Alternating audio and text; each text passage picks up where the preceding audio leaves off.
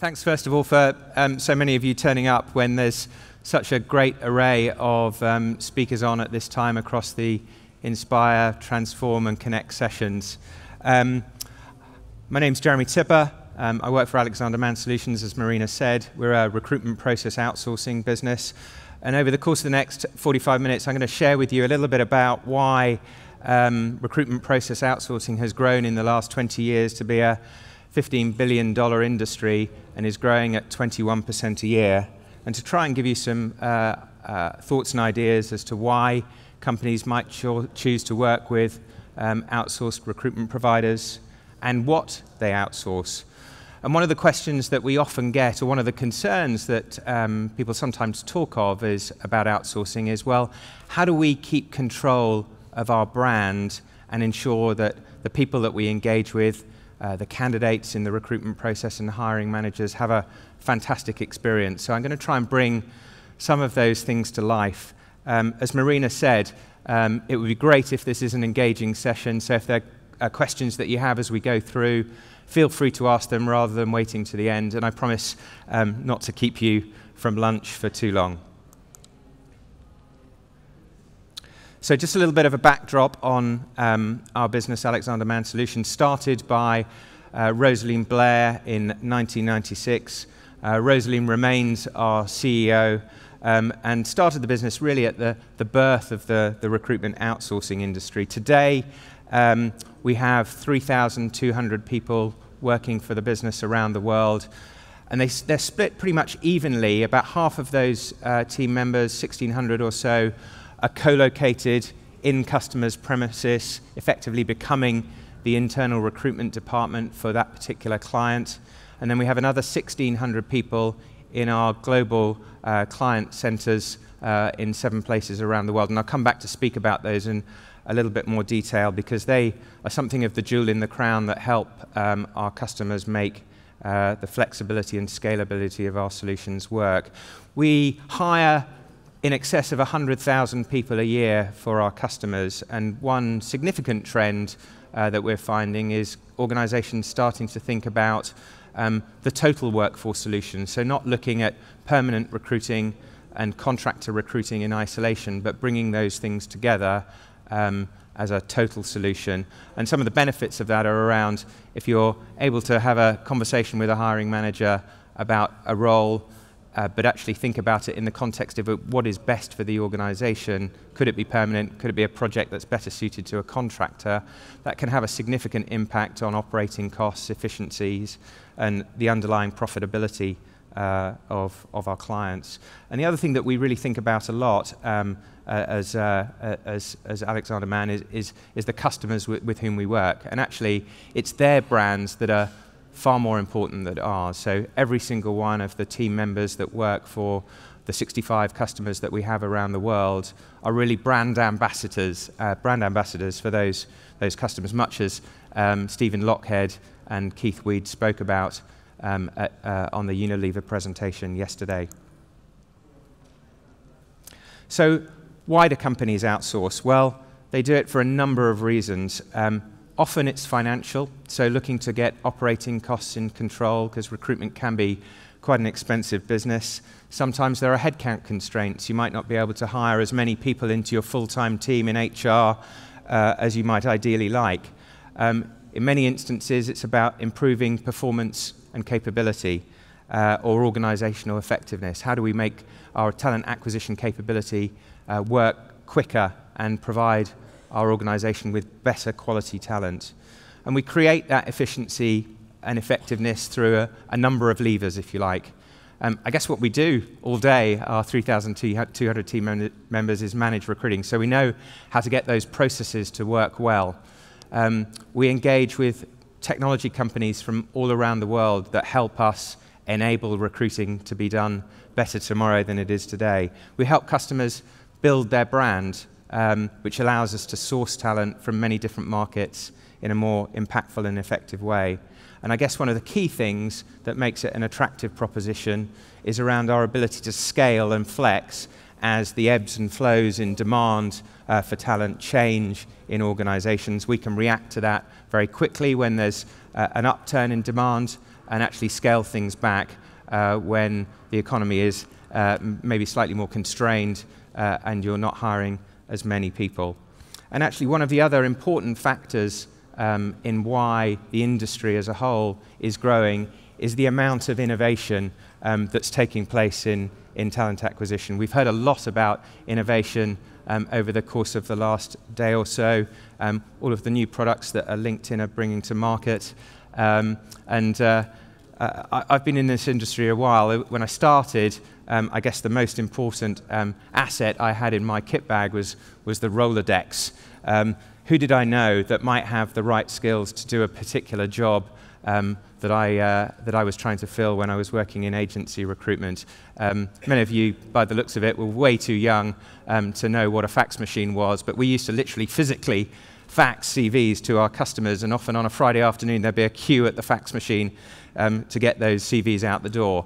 Fortunately, we've moved on from that period of time, and in the 80s, early 90s, technology really started to play a part in how organizations were able to manage recruiting in a more impactful and effective way. So information and the ability to share information between potential candidates and organizations improving allows us to disintermediate what had been the agency or the broker in that recruitment process. So the advent of online job boards, careers sites for companies for the first time, applicant tracking systems to allow you to manage the recruitment process, or really gave birth to that concept of being able to hire people directly rather than having agencies as an intermediary. And that was kind of the birthplace of the recruitment outsourcing industry. And then finally, let's think about the world today. Ever-changing, very quick. We have to react quickly to changes both in the organizations as they go through transformation, change, and renewal, but also the ability for us to interact and engage with the talent that's out there across the world has become much more impactful and easy as a result of social, as a result of digital interviewing capabilities, of our ability to bring people through a process more quickly, to engage with talent pools before they may have even heard of the organizations that we're working for. So the sophistication of the marketplace in which we operate has led to the sophisticated solutions that we offer today, and many businesses around the world now have in the context of their talent acquisition capability. The one other thing that's changed, in my opinion, in that period of time is we've moved from what I'd describe here as a traditional model of recruiters managing the recruitment process from end to end. So when I first started working as an in-house recruiter at Vodafone 15 or so years ago, it was my job literally to manage recruiting from when a job was authorized all the way through to when the candidate accepted an offer and started the onboarding process. And what that meant is if you had loads of work to do, you were filling perhaps too many jobs, you wanted to give a good service to your hiring managers. One of the things that falls away in that model, or when you're trying to do everything, is the time that you have to do sourcing and building talent pools and building relationships with candidates. And so what we have at Alexander Mann is what we describe as the expert model, where we have different people involved in various components of the recruitment process to make sure that we've provided the capacity and time to do that really important job of building relationships with talent that we might want to hire for our customers. And so that model, we divide it between recruitment business partners who are co-located on the customer's site, interacting with hiring managers and doing the high-touch stuff with candidates. And then we off-site in those centers that I mentioned earlier, we have sourcing and research teams that are really focused on the market. They're building the talent pools of skilled candidates, people that could be interested in working for a client, and engaging with them, building relationships and getting them ready for job opportunities as they come up. And then obviously all of that administration that can be a laborious task if you're on the left-hand side of this model is taken away by creating a candidate concierge ecosystem in those centers to manage the administration, the booking of interviews, the management information, and so on and so forth. Any questions at this stage? Yeah. Do you want to just get the mic?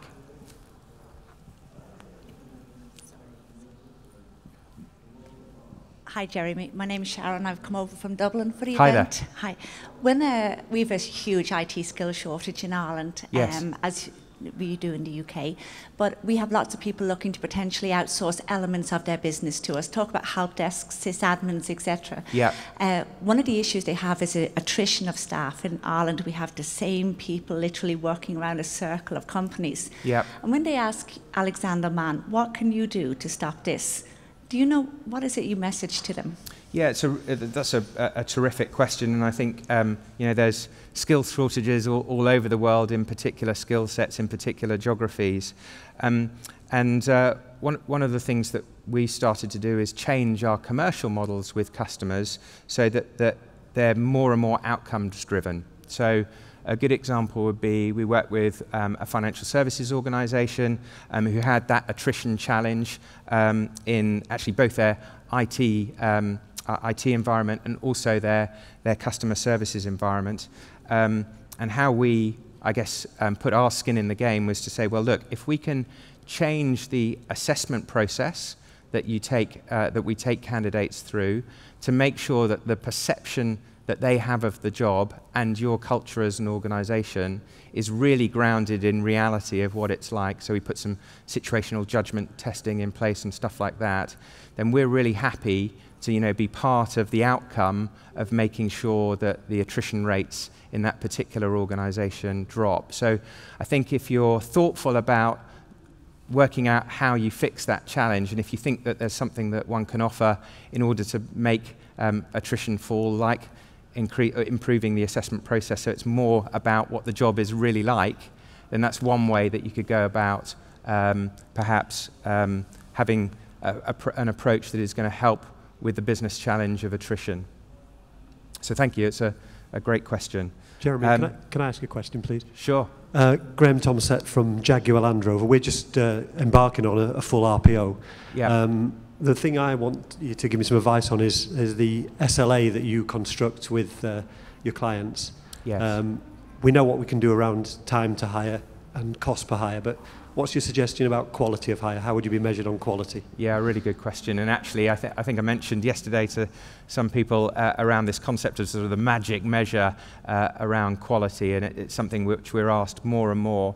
So again, going back to the point about sort of being prepared to put skin in the game, in several situations where quality of hire is critical to our customers, what we're doing is actually looking at the performance ratings of hires that have been made over a period of time, 12, 24, and 36 months, and seeing how they benchmark against the organisation at large, Graham.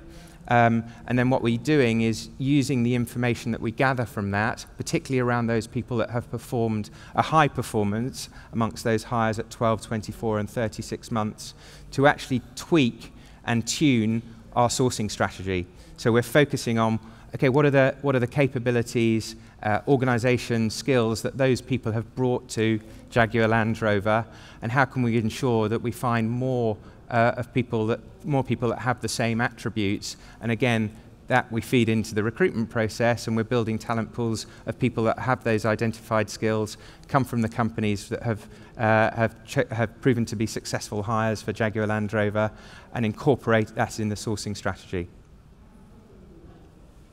So what that expert model actually also allows is for different approaches to outsourcing. And what I mean by that is when the industry started 20 years ago, it was kind of all or nothing. You'd either throw your lot in with a business like ours and we'd manage everything on the customer's behalf, or you'd choose to do it yourself. That is really changing quite dramatically, and actually there are many organisations that have very able and capable internal recruitment teams that choose to partially outsource their recruitment activity, and you can look at that through kind of three different lenses, if you like. The first lens is a sort of process lens, so it may be that you've got a few of your traditional model recruiters that are owning everything end to end and haven't got enough time to do the sourcing. So some organizations are just outsourcing the sourcing component and using that capability from an RPO to give you flex and scale and the capacity to do the talent pooling ahead of demand, or going after particular skill sets that are difficult to find. The second lens could be a geographical lens. So you might have recruitment capability in certain countries around the world that is working really well. You might be opening a new site in a new geography and need support in gearing up in that particular location, not necessarily having the knowledge of the talent pools in those markets. That's another way in which organizations might choose to work with a recruitment outsourcing provider. The third might be for a particular component of the skill sets or capabilities that you're looking to hire. For example, for about 22 companies around the world, we run early in careers programs. So the business chooses to maintain responsibility for their lateral, their professional hiring, but get us to run the early in careers program. So this model really allows you, if you like, to kind of do whatever suits you in terms of the mix and match between internal capability and using a partner. So I mentioned right at the very beginning that we have 7 customer success centers around the world, in places like Manila, in Krakow, in Poland, where we have 700 people, in Belfast, in Cleveland. And as I said, that's something of the jewel in our crown, in particular because it gives us the opportunity to give clients flexibility and scalability in their recruitment model. So much of the people in the previous slide that are doing the sourcing and the candidate concierge work are working in these centers around the world.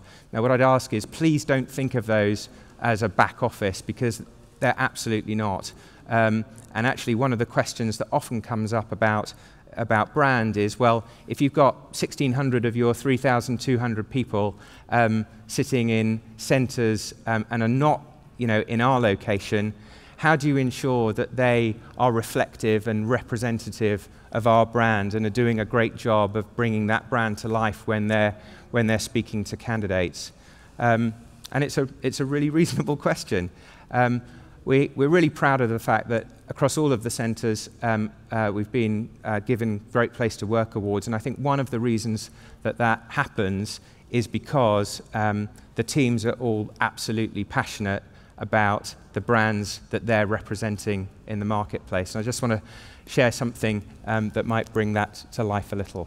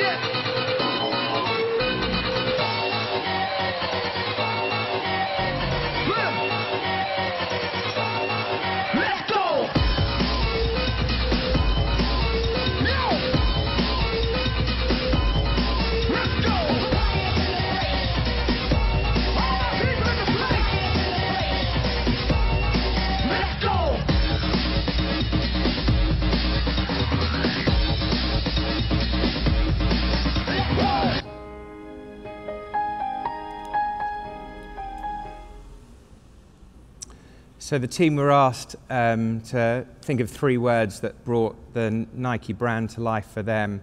And those guys and girls are literally working all over the world to help us find, this year, 16,000 people for Nike. And as you can probably guess, you don't see much Adidas branded footwear in our service centres, in that everybody's super passionate about the brand. So they're literally working from Nike email addresses. They're talking to candidates only about Nike. They're working specifically for that customer. And so what I hope that demonstrates is how you can genuinely bring the brand to life, even if the team members aren't co-located with the customer. I think, again, referring back to Stephen and Keith's session from Unilever, that concept of brand ambassadors is really a really important one, and regardless of whether you're outsourcing or whether you have an internal recruitment team or a combination of both, I think acting as brand ambassadors in everything that you do and engaging with candidates is a really important concept, but not just at the attraction stage, all the way through the experience. And I think what we have to ensure as recruiters is that actually the reality of the work that we're asking people to do is similar to the perception that we've given them in the recruitment process. And really that is, I guess, what I'm trying to say here, that we can't sell one particular story, and actually for the engagement and the challenge of the work to be different. The other thing that's worth thinking about, particularly as in the social world in which we live in today, is that the experience of a brand, be that as a candidate or as a consumer, often starts well before we engage with an organisation. So this is a survey that comes as part of the Candidate Experience Awards. Over 40,000 people were surveyed in 2014 about their experiences of engagement with the organisations they ended up working for. And what you'll see here is 53% of professional hires that were made amongst those companies that participated in the Candidate Experience Awards had some sort of affiliation with the organisation they ended up choosing to work for, or went through the hiring process with, I should say, before that recruiting process started. So it could be that they were consumers of the company's products. It could be that they really liked the CEO or the management team and followed them socially. It could be that they had colleagues, friends or relations that actually worked in that organisation. So I guess the point is that they're already building a perception of your organisation before that engagement process really starts. And how we think about this is that that's pretty similar to what happens for us as consumers. So the consumer life cycle, if you like, is beyond the buying experience, beyond thinking I need something, doing the research, going out and purchasing that product. It's also about the kind of customer experience you have as an owner of that product, you know, how it's maintained, what customer service you get, the feedback that you're asked for, to the point that many individuals might then become advocates if that customer service is really fantastic. I loved Wade's story about the United Airline pilot this morning, really taking customer service, if you like, to a new level and being the kind of CEO of the environment that he had accountability for. And here are a couple of other sort of similar stories, if you like. So a family that went to Chester Zoo, and one of the car parking attendants saw that they had a flat tyre on the back of their car, took the trouble to pump up the tyre before the family returned to their vehicle, and left a little note to say that he hoped that they would get home safely. Lovely little story of just going beyond the extra mile of of the CEO of your environment. And another one, Jimmy's Cars, a US garage business, and the mechanic took the trouble with a car that he liked to send a personalised note through the post to the owner of the car,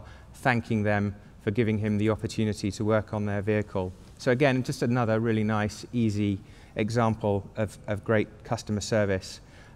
One of the consumer brands that I think is extraordinary in terms of how they've engaged with their audience up front before maybe you've even thought about buying the product is Red Bull. So try and think about this in the context of Red Bull's strapline of giving you wings.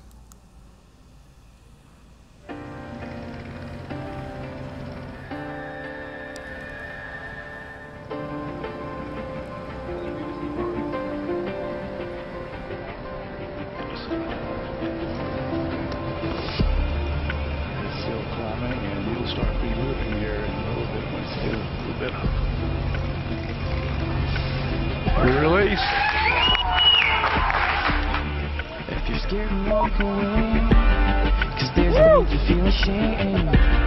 Yeah, we all feel the same. Whoa, where's your passion? Where's your fire?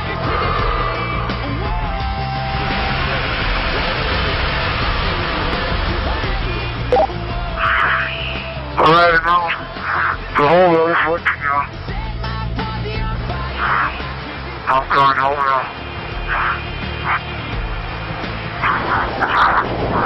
Jumper away.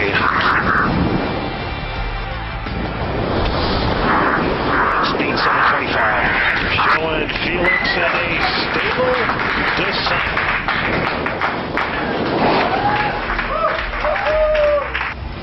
And Felix is back to road safety, the new world record holder.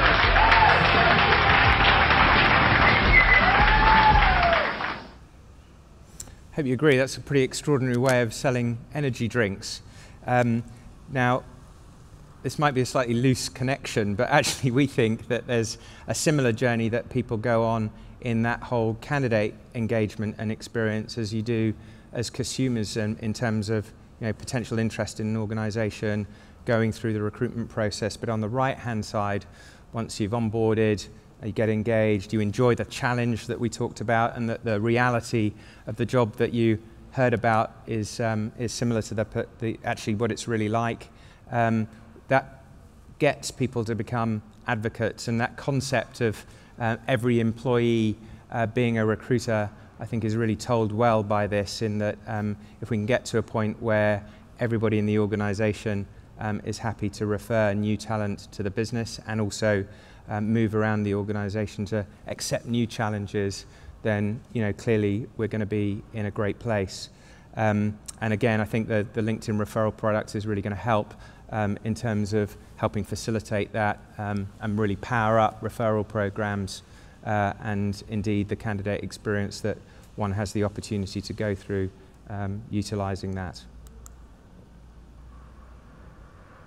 So what I thought I'd do is actually just ask some questions before we go on to a couple of practical examples of bringing the brand to life, and hopefully sharing with you a couple of stories. Any questions at this stage?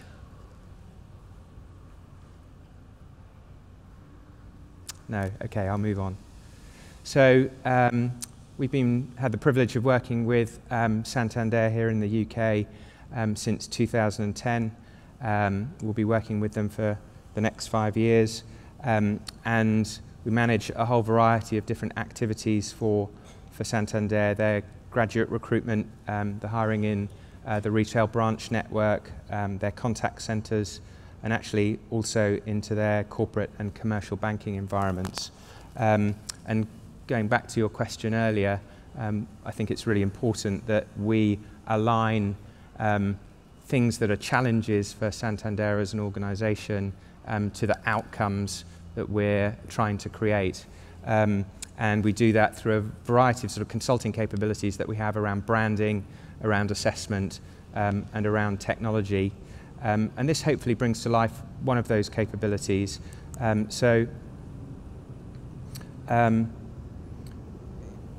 In the context of how we help engage candidates through the recruitment process, really it's a cradle-to-grave offering at Santander. So we're helping manage the recruiting process right from the whole concept of understanding what the workforce plan look like for each business, and then supporting each individual vacancy from start through to finish.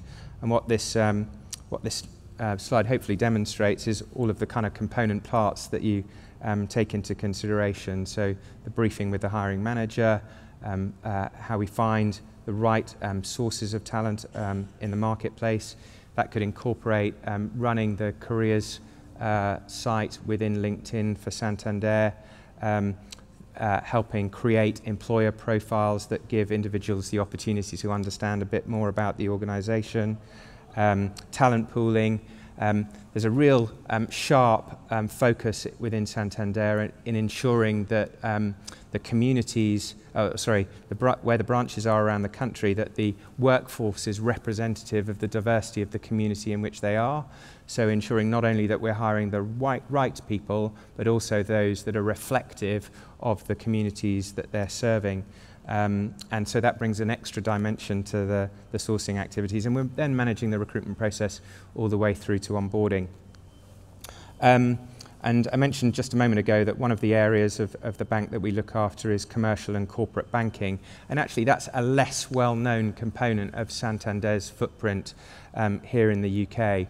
And again, going back to the Unilever presentation yesterday, I guess we've also thought about how we can leverage the marketing activities of a customer's brand to help us attract the right talent into the organisation. So we worked with Santander's marketing team with a perfect fit campaign, and it was all about a customer that they have within the corporate banking environment called John Smedley.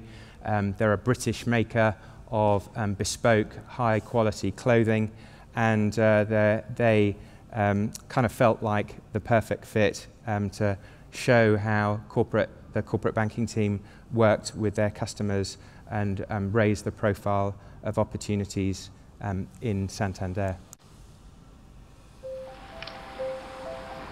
John Smedley designs the ultimate in luxury knitwear. Every garment has been created to look extra special. So when the time came to review their banking requirements, they applied the same philosophy and brought in a banking team who could perfectly match their needs. They brought in Santander Corporate and Commercial Bank, a team with knowledge, commitment and experience. I work with the new customer to create a plan for the smooth transfer and implementation of all their accounts to Santander.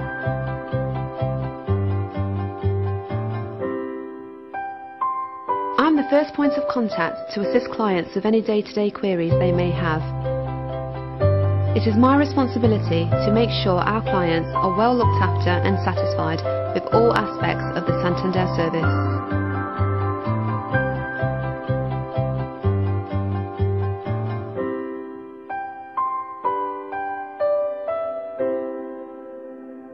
My job is all about listening to clients, seeing the world from their perspective, then working closely with them to help them achieve their goals and ambitions.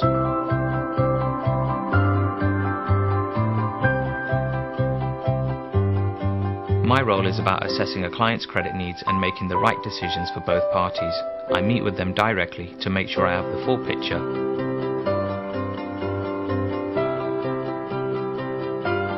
I provide tailored banking solutions for each new customer. Every customer is unique, and so is their banking package.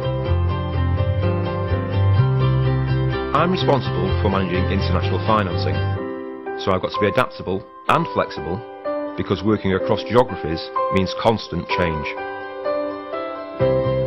Have you got the knowledge, commitment and experience that Santander Corporate and Commercial are looking for?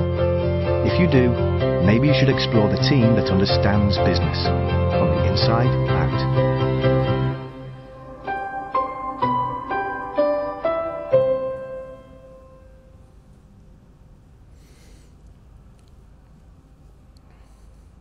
So what I hope that does is share with you kind of the concept of getting the brand out there, really being passionate about it and helping our clients kind of promote that in an impactful and effective way.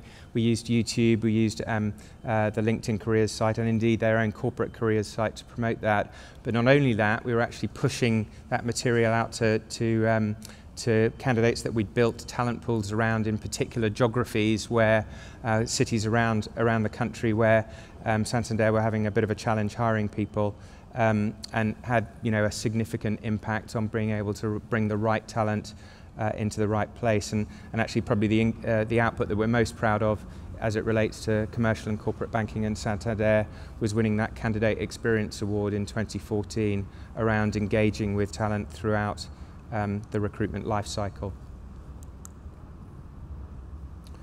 Does anybody know where that is? Any guesses?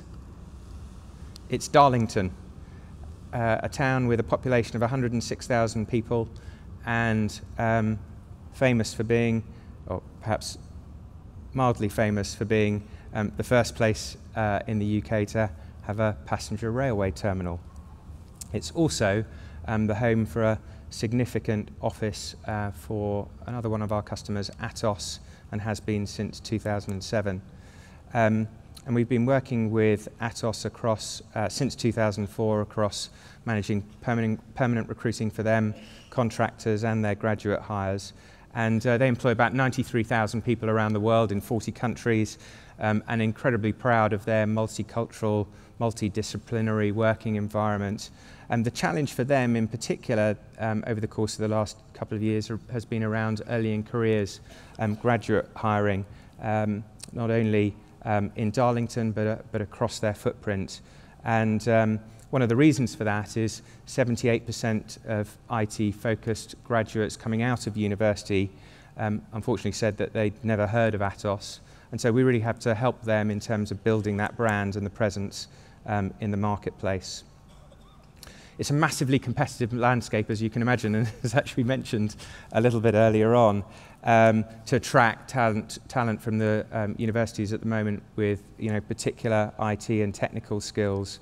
So just to give you a couple of practical points on that, about 31% of entry-level positions into IT roles across the UK were filled by graduates who had already worked for that company in some way, shape or form. So if you're a business that many of that community haven't heard of, that puts you at a potential disadvantage. The other stat is that the demand for IT graduates has grown 8% in 2014, which was a growth on 2013, 2012, which were both high demand years as well. And I guess the final point is, there's some really attractive brands out there, be that, the giants of Google or Facebook, but also the startup environment, which is burgeoning in the UK at the moment. So we helped Atos through our employment branding and emerging talent teams start to educate candidates in that sphere around Atos as a business and the opportunities that might be there, and tried to make it a more engaging process than might normally be the way by creating gamification that we took out to 26 campuses around the UK that helped them helped engage with an audience to get them to better understand a little bit about Atos's business, what it was all about and what the opportunities might be. And we did that through, as I say, online games, which had a leaderboard at each campus. So actually you created some competition between the communities at each campus. And our teams, our Alexander Mann Atos team, together with numbers of the Atos hiring managers, spent time at each campus actually going through that engagement process. This just gives you a rough idea of what it looks like.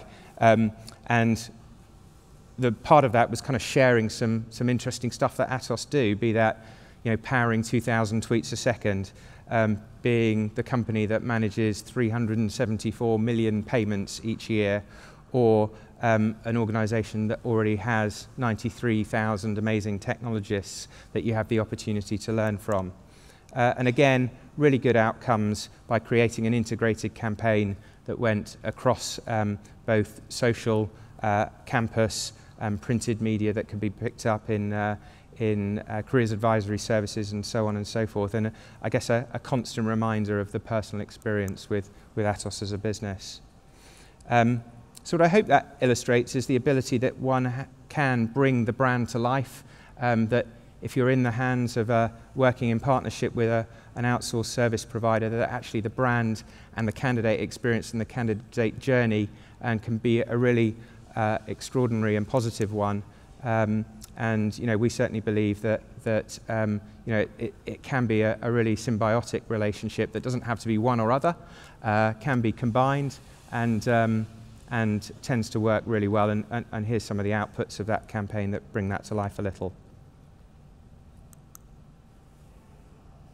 So the theme of the conference, as you know by now, is around big ideas, and we just wanted to finish by sharing with you a few things that we see in the talent acquisition marketplace as themes that we think are going to impact the way We have to operate as a business, but talent acquisition teams around the world will have to think about more and more.